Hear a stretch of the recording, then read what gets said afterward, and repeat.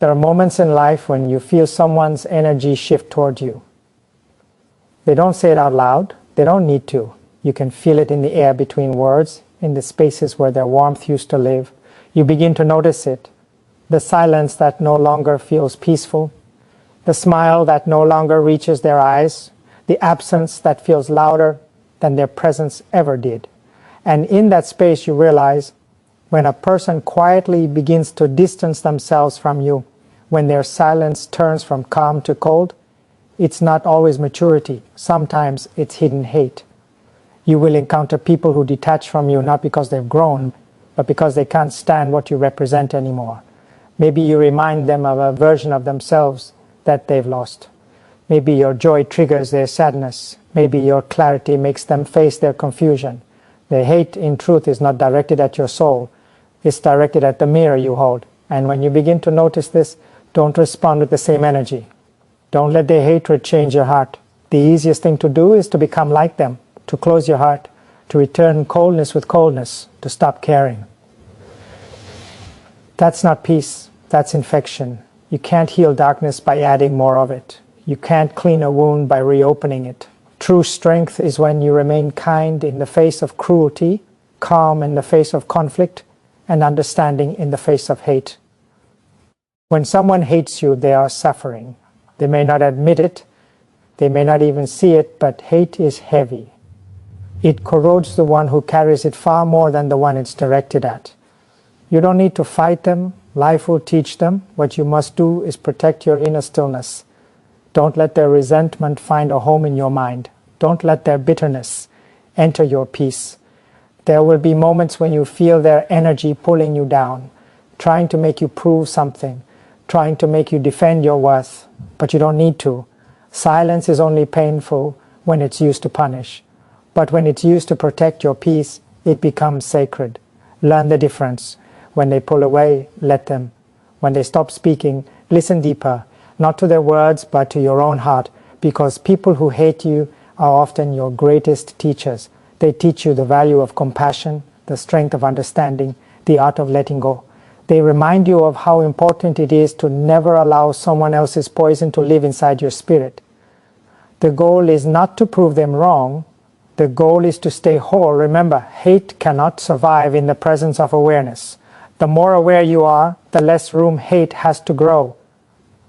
So when you see these signs, when a person's silence becomes punishment, when their joy depends on your pain, when they twist your kindness, when their detachment is cold, see it clearly, but don't take it personally. Their hatred does not define your value, it reveals their wound.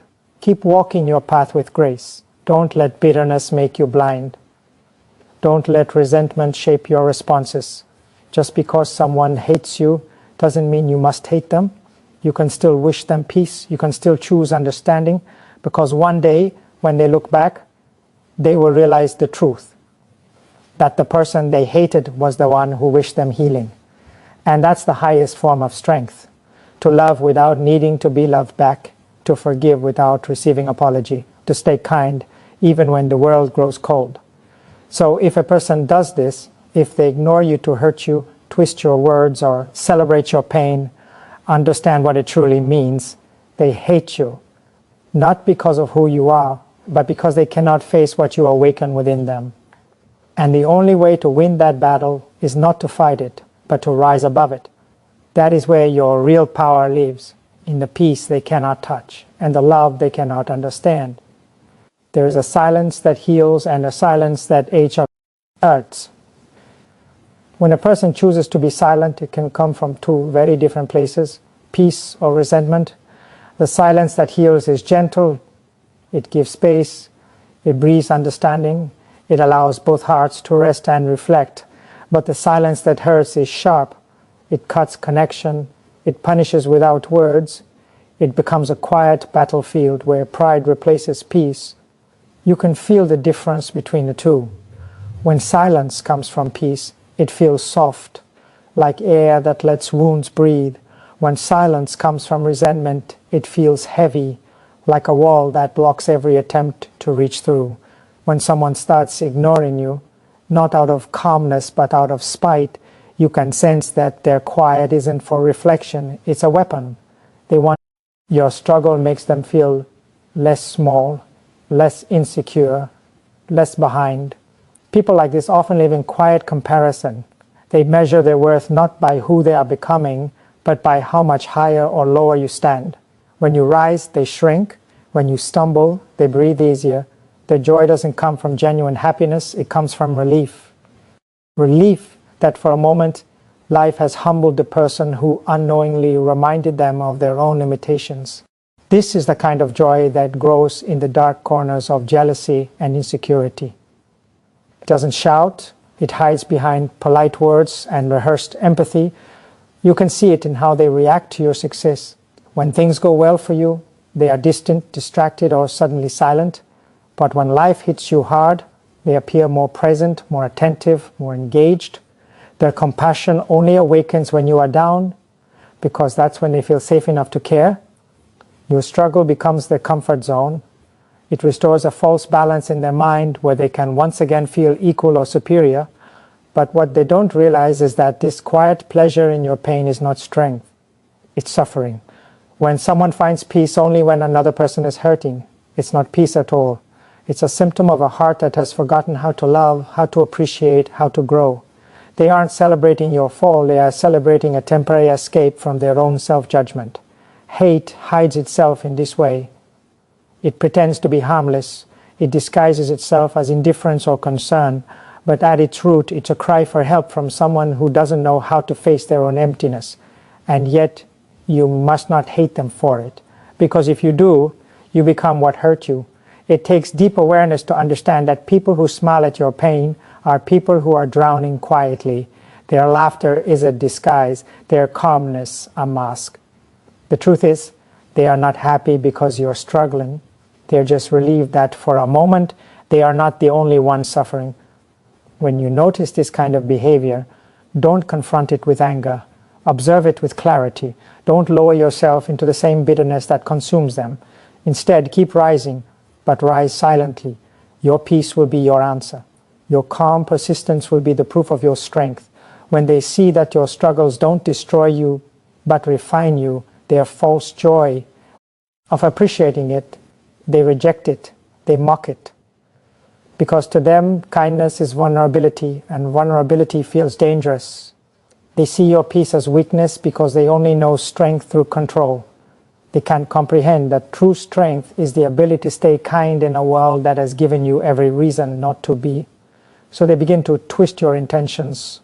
When you speak gently, they call it manipulation. When you remain calm, they call it apathy. When you forgive, they call it foolishness. This is how resentment defends itself. It can't face the truth of your sincerity, so it must redefine it. Your light exposes their shadows, and rather than heal, they attack the source of discomfort. They build stories about you, reshape your actions to fit their bitterness, and convince themselves that your kindness hides a selfish goal. But this twisting doesn't come from clarity, it comes from pain. People who carry wounds too long begin to distrust love itself. Somewhere in their past, kindness failed them. Someone used it to deceive, to control, to take advantage. And now, when they see someone genuinely offering care, they can't accept it without fear. So they'd rather call it weakness than risk believing in it again. Their rejection of your kindness is not about you. It's about what they haven't healed inside. Still, it hurts. It hurts when your best intentions are misunderstood, when your warmth is met with coldness, when your love is seen as manipulation. You start to question yourself. Maybe you were too open, too forgiving, too soft. But remember this, the world needs soft hearts. Kindness is not the problem. The problem lies in the eyes that cannot see it clearly anymore. When someone twists your kindness, they are only showing you how much darkness still controls them. Don't let that change you. Don't stop being kind just because others don't know how to receive it. Your kindness is your power. It is what keeps your heart clean when the world gets dirty. The moment you let their misunderstanding harden you, you've allowed their hate to win. Stay kind, but stay aware. Give without expecting, love without attachment, forgive without forgetting the lessons. Kindness is not about being blind to people's behavior. It's about choosing to rise above it. When people twist your goodness, let them. You don't need to explain yourself to hearts that have already decided what to believe. Time reveals truth more clearly than words ever can. Your consistency, your calm, your quiet grace will eventually expose the difference between your light and their confusion. People who once mocked your softness will one day remember how deeply your gentleness touched them long after hate has burned itself out. True kindness doesn't need validation. It stands tall even when misunderstood. It keeps loving even when unloved. It keeps giving even when doubted. That's not weakness, that's power, the kind of power that hate can't comprehend. So when they twist your kindness into weakness, smile quietly, because you know what they don't. That kindness is not what breaks you, it's what saves you. It is your armor, not your flaw, and no matter how they distort it, it will always be the language of the strong. There are people who walk away from you not because they have found peace, but because they can no longer stand what your presence awakens within them. They call it detachment, but it's not freedom, it's avoidance. It's not the calm of understanding, it's the silence of escape. They distance themselves, not to grow, but to protect the parts of them that tremble when they see your strength, your resilience, your light. They think leaving you behind will quiet their restlessness, but the truth is, what they're running from lives within them. You can feel it when their distance doesn't feel peaceful. It doesn't bring balance, it brings tension. They don't move away in clarity, they retreat in discomfort. They tell themselves, they're protecting their energy, but their energy was never peaceful to begin with. It was jealous, conflicted, and wounded. When someone truly detaches with peace, you can feel the serenity in their absence. There is no bitterness in their silence, no sharpness in their withdrawal. But when the detachment is born from hate, you feel it like a shadow following your steps. Their absence feels like punishment, not understanding.